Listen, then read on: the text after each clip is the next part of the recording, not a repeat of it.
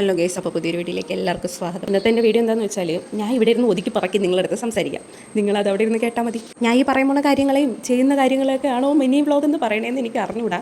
എനിക്കറിയാന്നുള്ളത് പോലെയൊക്കെ ഞാൻ വീഡിയോ എടുത്തു, എഡിറ്റ് ചെയ്തു, ഇത് അപ്ലോഡ് ചെയ്യുന്നു. അപ്പോൾ എന്തെങ്കിലും തെറ്റുകുറ്റങ്ങളൊക്കെ ഉണ്ടെങ്കിൽ ആദ്യമേ തന്നെ ക്ഷമ ചോദിക്കുന്നു എല്ലാവരോടും എന്ന് പറഞ്ഞാൽ ഈ എൻ്റെ വീഡിയോസ് കാണുന്നില്ലേ അവരോട്. അപ്പം ഞാൻ 100 സബ്സ്ക്രൈബേഴ്സ് ആയതിനു ശേഷം ലോങ് വീഡിയോ ചെയ്യാമെന്ന് ആദ്യമേ ഉദ്ദേശിച്ചത്. എന്നിട്ടും എനിക്ക് പ്രതിയില്ലാതെ ഞാൻ ഇടയ്ക്ക് വെച്ച് ട്രൈ ചെയ്തു, പക്ഷേ അത് പരാജയപ്പെട്ടു പോയി. അതേട്ടൊക്കെ കൊണ്ടാണ് കേട്ടോ ഇത്ര ക്ഷമയോടെയും എങ്ങനെയൊക്കെ ഞാൻ ഇങ്ങനെ ഇരുന്ന് സംസാരിക്കുന്നത്. അപ്പോൾ ഇനി നമുക്ക് നമ്മുടെ കാര്യത്തിലോട്ട് വരാം. ഇന്ന് ഞാനിവിടെ ഒതുക്കി പറക്കാൻ വേണ്ടി പോകണം. ആ 4 റാക്ക് പോലെ കാണില്ലേ, അവിടെയാണ് ഒതുക്കി പറക്കാൻ വേണ്ടി പോണത്. എന്താണെന്നറിയില്ല, ഇങ്ങനെ ലോങ് വീഡിയോ ചെയ്യുന്നുണ്ടായിരിക്കും. ഒരുപാട് അക്ഷരത്തെറ്റുകൾ എൻ്റെ വായിൽ നിന്ന് വരുന്നുണ്ട്.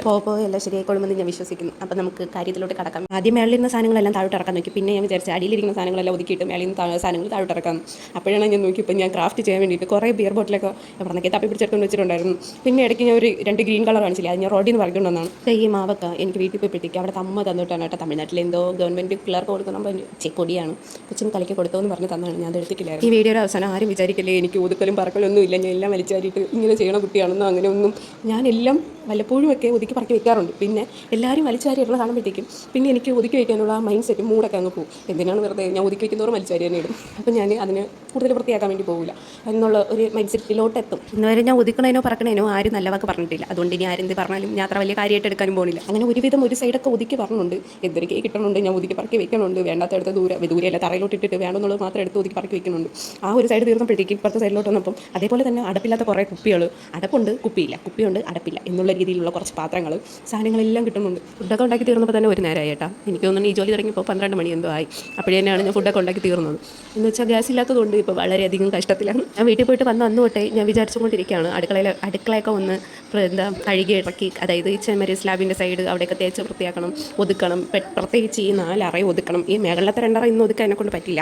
എന്നെക്കൊണ്ട് പറ്റുന്ന സമയത്ത് ഈ 2 അറയും ഒതുക്കണം എന്നൊക്കെ ഞാൻ വിചാരിച്ചുകൊണ്ടിരിക്കുകയായിരുന്നു. പക്ഷേ സത്യമായിട്ട് ഇന്നലെ 100 സബ്സ്ക്രൈബേഴ്സ് ആയില്ലായിരുന്നുണ്ടെങ്കിൽ ഞാൻ ഈ വീഡിയോ പോലും അപ്ലോഡ് ചെയ്യില്ലായിരുന്നു, ഞാൻ വീഡിയോ എടുക്കുകയില്ലായിരുന്നു. കുറേ നേരം നിന്ന് അവിടെ നിന്ന് സാധനങ്ങൾ ഒതുക്കിയപ്പോൾ തന്നെ എൻ്റെ ഉപ്പാടഞ്ച് വന്നത് ഇത്രയും സാധനങ്ങളുണ്ടായിരുന്നു. പിന്നെ അവിടെ വിരിച്ചിരുന്ന സാധനത്തിൻ്റെ മണ്ടേ കൂടെയൊക്കെ എന്തൊക്കെയോ വീണ് പൊടിയൊക്കെ നല്ലപോലെ പൊടിയും എല്ലാം ആയി കിടക്കായിരുന്നു. പിന്നെ അതൊന്നും ഞാൻ വീണ്ടും എടുത്തില്ല. അതെല്ലാം കത്തിക്കാൻ കൊണ്ടിട്ട് കളയാനില്ല, കത്തിക്കാൻ കൊണ്ടിട്ട്.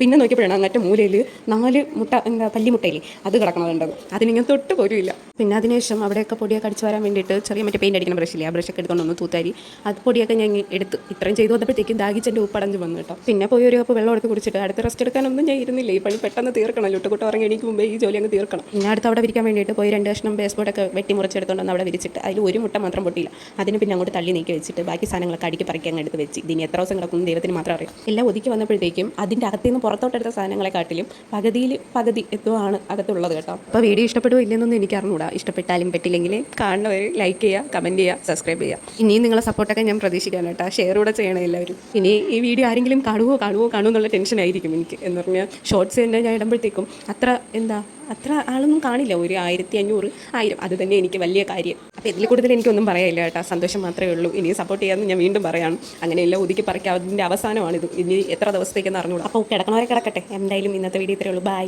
ലൈക്കും കമൻറ്റും സബ്സ്ക്രൈബും ചെയ്യാൻ മറക്കാം.